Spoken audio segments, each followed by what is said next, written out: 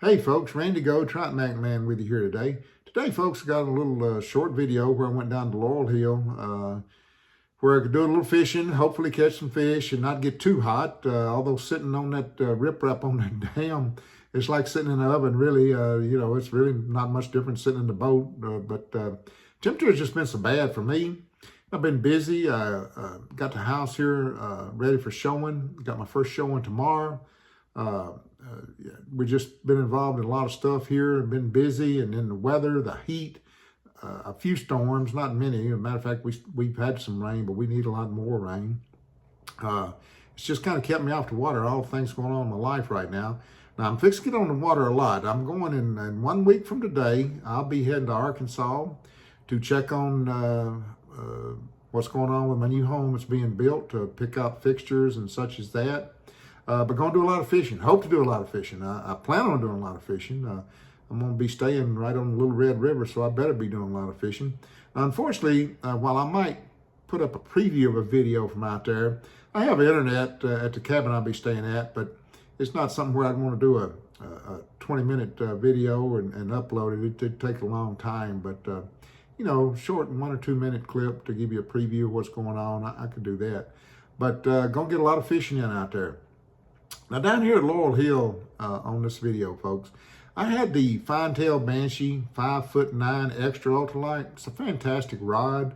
You've heard me talk about the Banshee series of rods before. It's older blank technology, come out in 2013, 14, something like that, maybe 2014, somewhere around that area. But it's still a fantastic rod. Now, on this video today, these bluegill were biting soft, and bluegill will do that from time to time. And they say hindsight is always 20/20. Well, I should have taken a tubular tip rod down there, and I didn't do it. The 5'9" extra ultralight Banshee is a solid tip rod, and while I love my solid tip rods, sometimes when the bite is real soft, with bluegill, you're better off with a tubular tip rod. You're missing too many fish with the solid tip rod. Caught plenty of fish. I only stayed about an hour, folks, because the heat, I just couldn't take it. But if I wanted to stay 4 hours, I could have had 100 bluegill, but I just couldn't. I couldn't hang with it. I made a long drive, just to catch a few fish, but it felt good. I really like fishing with Japanese rods. You can feel everything. I'm talking about, if you've not fished with a Japanese rod, these sensitive rods, for me, I just prefer them. They just give you a lot more fun, a whole lot more fun, a lot more feedback. I absolutely love fishing with them. And you folks, I always sing the praises of the Varvis ES2 Lemony Ester line. I love this stuff. If you're a pan fisherman and you're not trying some Ester line, you're missing out, folks. I'm here to tell you.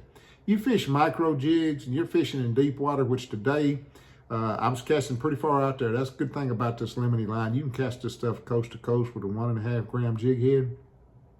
I was picking these fish up out of about 10 feet of water. This line allows that jig to get down there quick, and it allows it to stay down there when you're slowly working it back to you. Where a nylon line, that thing's just going to work up in the water column. I love fishing with Lemony Ester line. I absolutely love it. It's just fantastic line.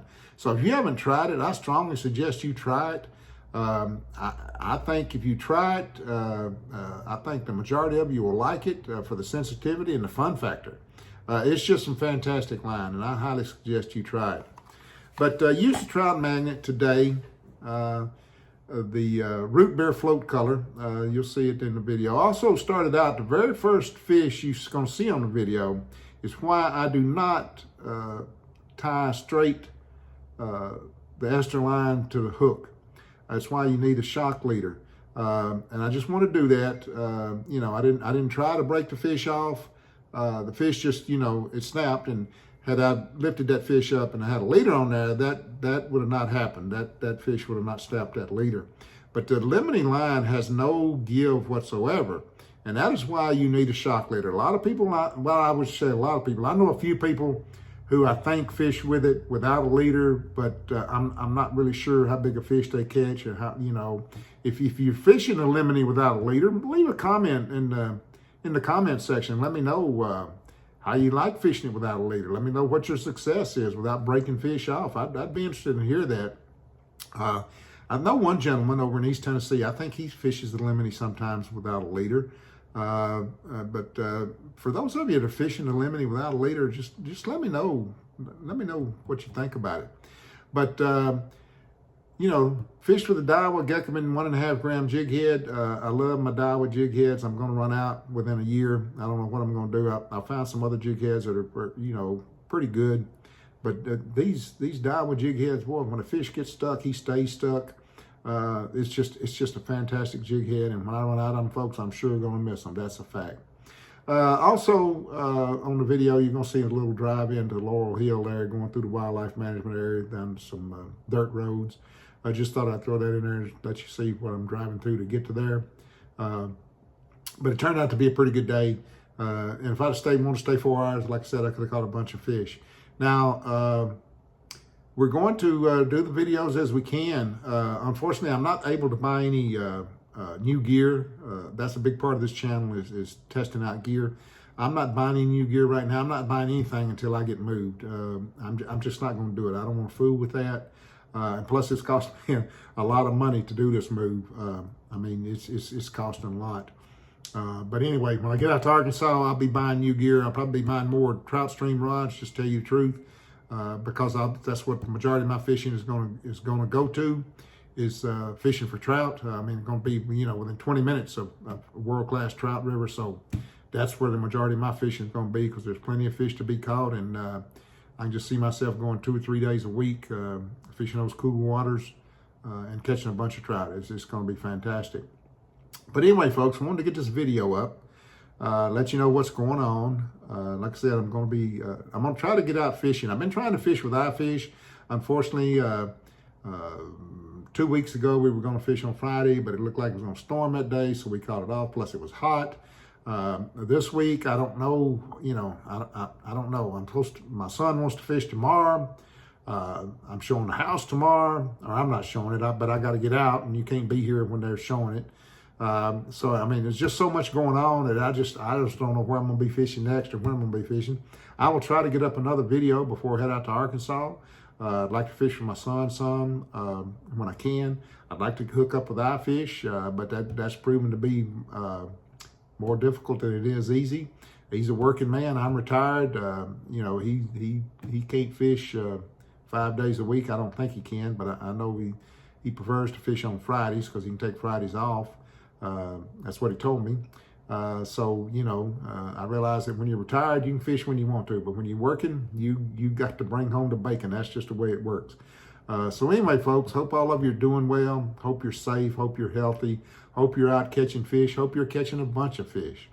So until next time, folks, sword up 'em all, and life is good. Well, folks, I'm driving down to Laurel Hill Lake on the wildlife management road here, Laurel Hill Wildlife Management Area.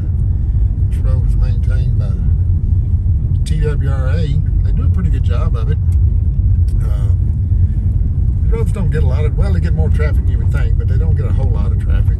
But they keep them up pretty good. I'm glad I got an all-wheel drive here to get down in here sometimes, especially if it gets a little wet. But of course, it hasn't been wet here in a long time.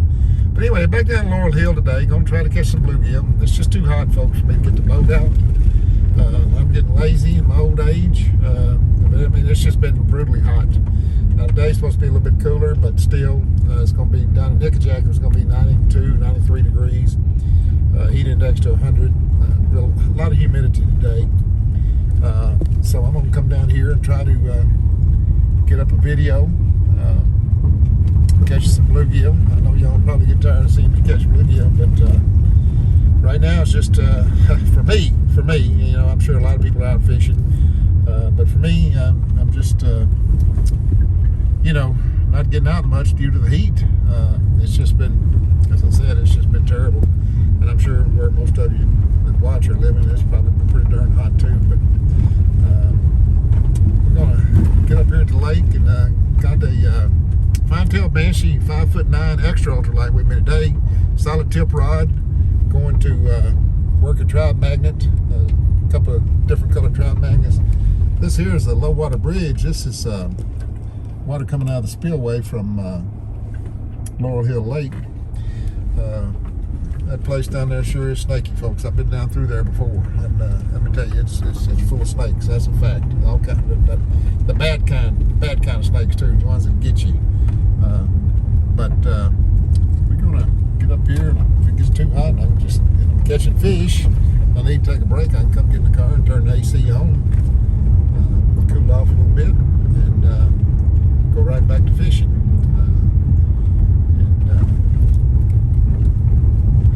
Hopefully get into some decent bluegill. You never know, folks. Everybody thinks it's pretty easy to catch bluegill. Some days bluegills they're hard to catch as any other fish. So we're gonna see what we can do, folks. So come on with me and let's see what we can do. All right, folks, gonna try out with root beer colored trout magnet. See what we can catch. If you notice, I'm not using a leader today. Just going to try a little without fishing with a leader. So let's see what we can do.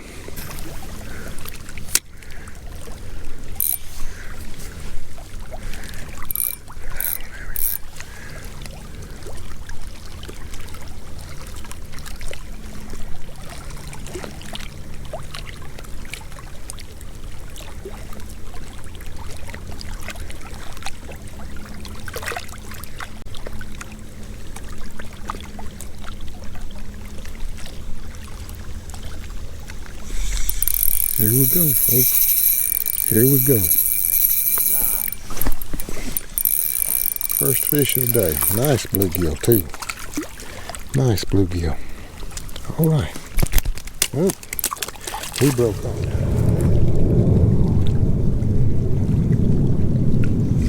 Here we go. Here we go, folks. Here we go. Here we go. Fairly decent bluegill. Come on, get out of there. Let's see what we got here. Yes, sir.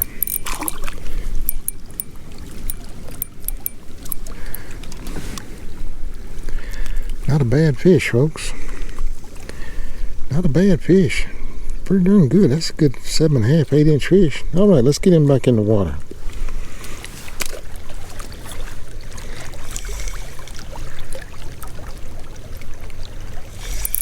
Here we go, folks. Here we go. Another bluegill. Another bluegill here. Nice bluegill. Nice bluegill. That joker sure wanted that.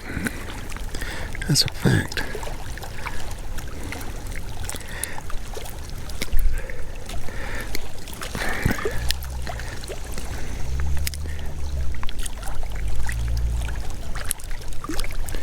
Another nice bluegill, chunky, 7.5, 7.75 inch fish. Nice fish. All right.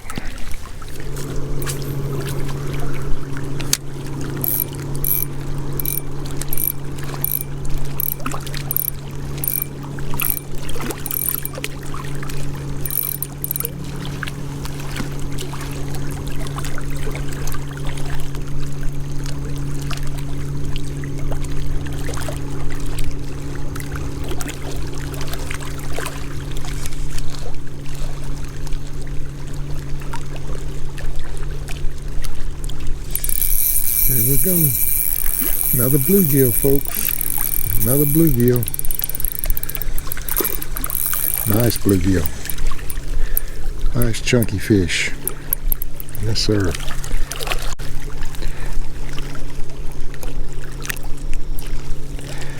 That's only a 7-inch fish, but hey, he's fat and he's chunky. Pretty fish too. All right, let's get him back in the water.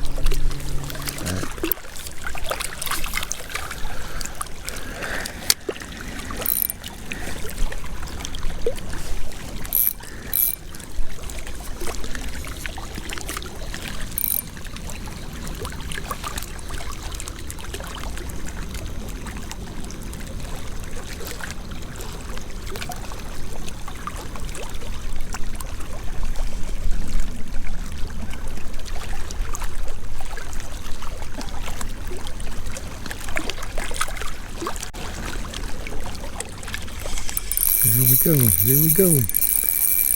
Here we go. They're biting it, picking it up light, folks. I've got a tubular tip, or not a tubular tip. I've got a solid tip rod. I probably should have a tubular tip. It's just a little fish, but hey, it beats not catching nothing. All right.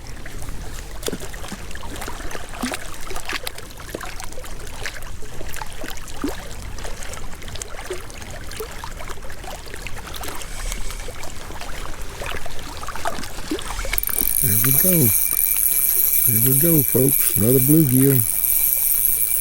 Feels like a decent one.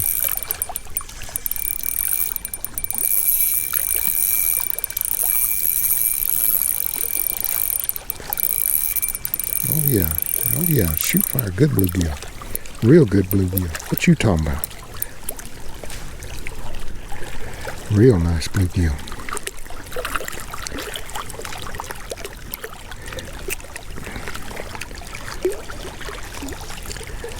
That's a nice 8.5 inch fish, folks. He's got the good girth. That's a good bluegill. Look at that thing. Look at that fish. That's a good fish right there, folks. I'd like to catch 100 of them. All right. Let's get him back in the water.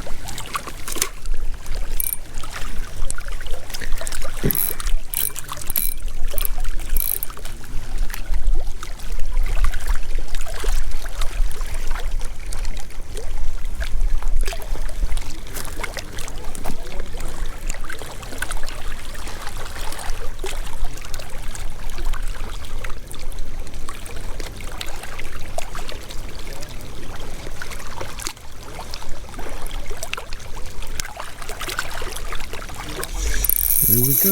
Here we go, folks. Another fish. Another bluegill. Yes, sir. Nice bluegill, too. Nice bluegill. Another nice bluegill. All right.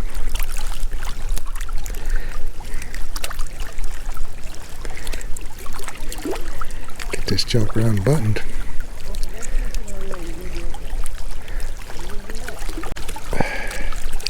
There we go. Another nice bluegill, folks. That's a 7.5 inch fish there, easy. That's a gorgeous fish. Absolutely gorgeous, let me tell you. All right, let's get him back in the water.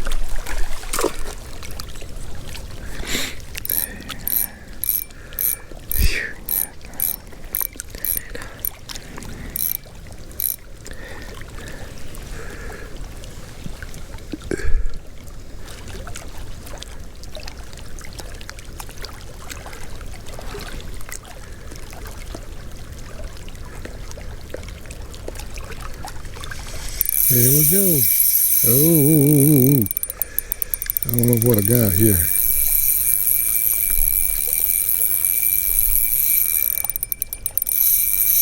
I don't know what I got. I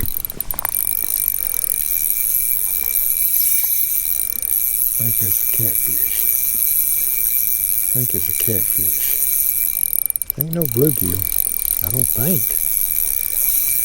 I think it's a little old catfish. Let's see what we got. Oh no, shoot, no, we got us a nice bluegill here. Shoot fire. Don't need the net on this one. That's a shellcracker. Okay, there we go.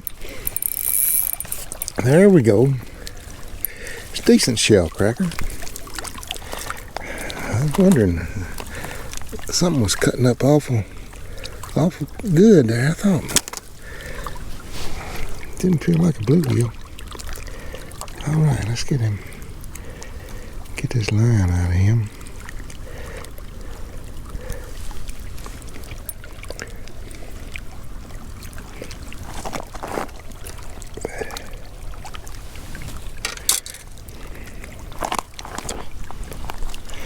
It's not a bad shellcracker, folks. Give me fun. He sure is pretty. Look at that thing.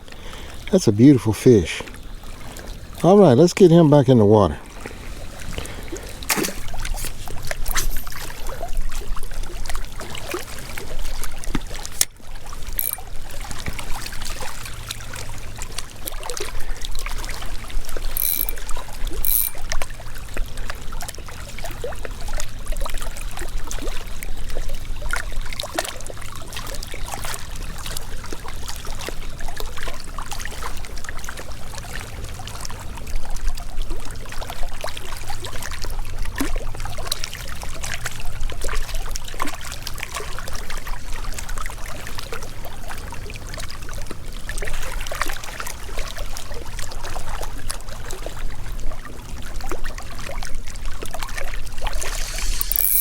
Here we go. Here we go. What we got, folks? Got us a bluegill. That's a fact. How good a bluegill? Let's see. Not bad. Not bad. Got some weight. It's only about a 7-inch fish. But hey, he's pretty. He's got good colors. Beautiful colors. Give me a lot of fun. All right, let's get him back in the water.